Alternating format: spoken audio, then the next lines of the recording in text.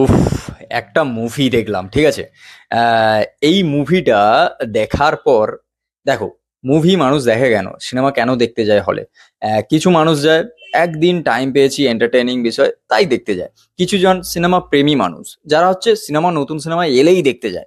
কিছু মানুষ আছে ভাই, অনেক দিন পর সবাইকে নিয়ে একটা চিল, এনজয়, একটু রিফ্রেশমেন্ট, একটা এন্টারটেনমেন্টের জন্য দেখতে যায়।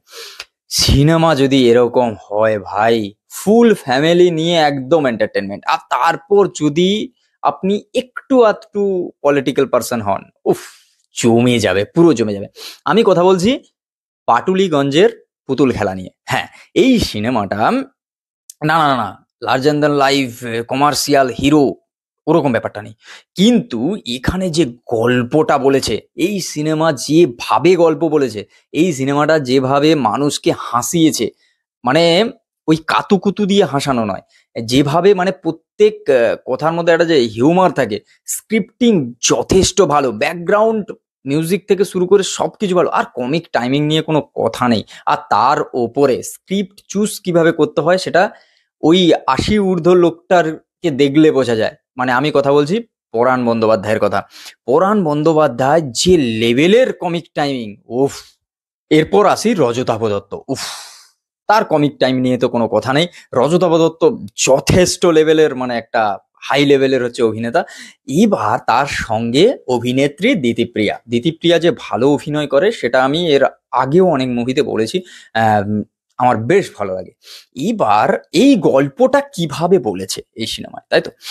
এটা কোনো শহুরে গল্প নয়, এটা হচ্ছে একটা পাটলিগঞ্জের গ্রামের গল্প, একটা গ্রামের মানুষের গল্প বলে।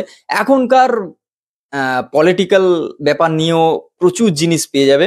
মানে যে পলিটিক্স একটু ভালোবাসে, বা এখনকার যে হচ্ছে দু তিনটে দল আছে নাম করা দল, তাদেরকে কিভাবে রোস্ট করেছে, মানে হাসির ছলে কিভাবে রোস্ট করেছে, সেটা যাদের একটু রোস্টিং টোস্টিং ভালো লাগে, কিংবা যাদের একটু পলিটিক্যাল খেললেও ভালো লাগে, তাদের জন্য ভাই এই মুভিটা একদম জবরদস্ত এন্টারটেনিং হবে।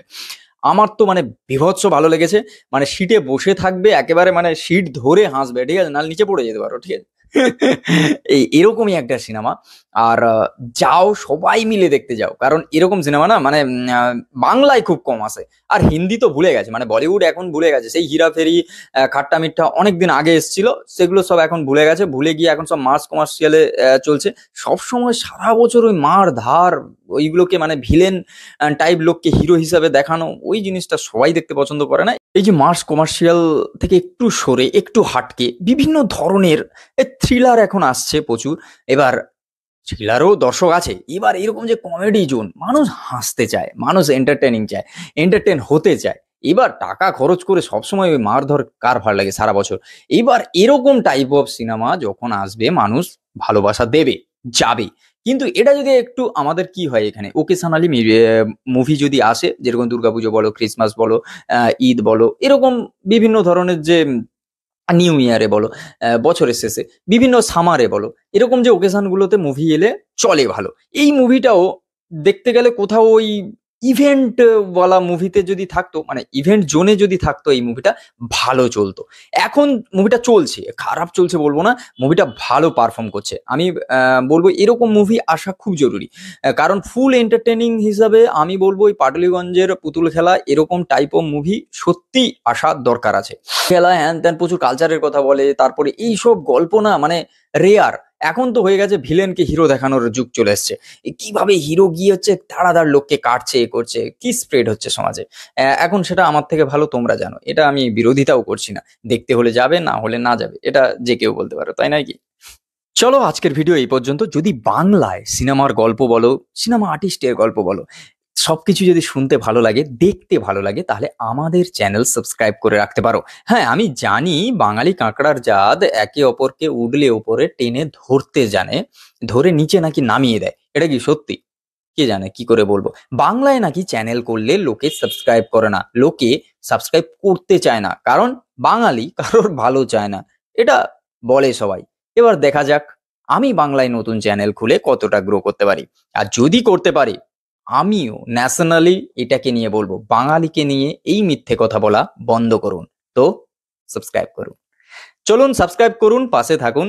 ভালো লাগলে লাইক করুন, কমেন্ট করে জানান, নিজের মতামত জানানোর জন্য কমেন্ট বক্স আছে, কমেন্ট করে জানান। আর অবশ্যই আমি প্রত্যেকটা কমেন্টে রিপ্লাই দেব।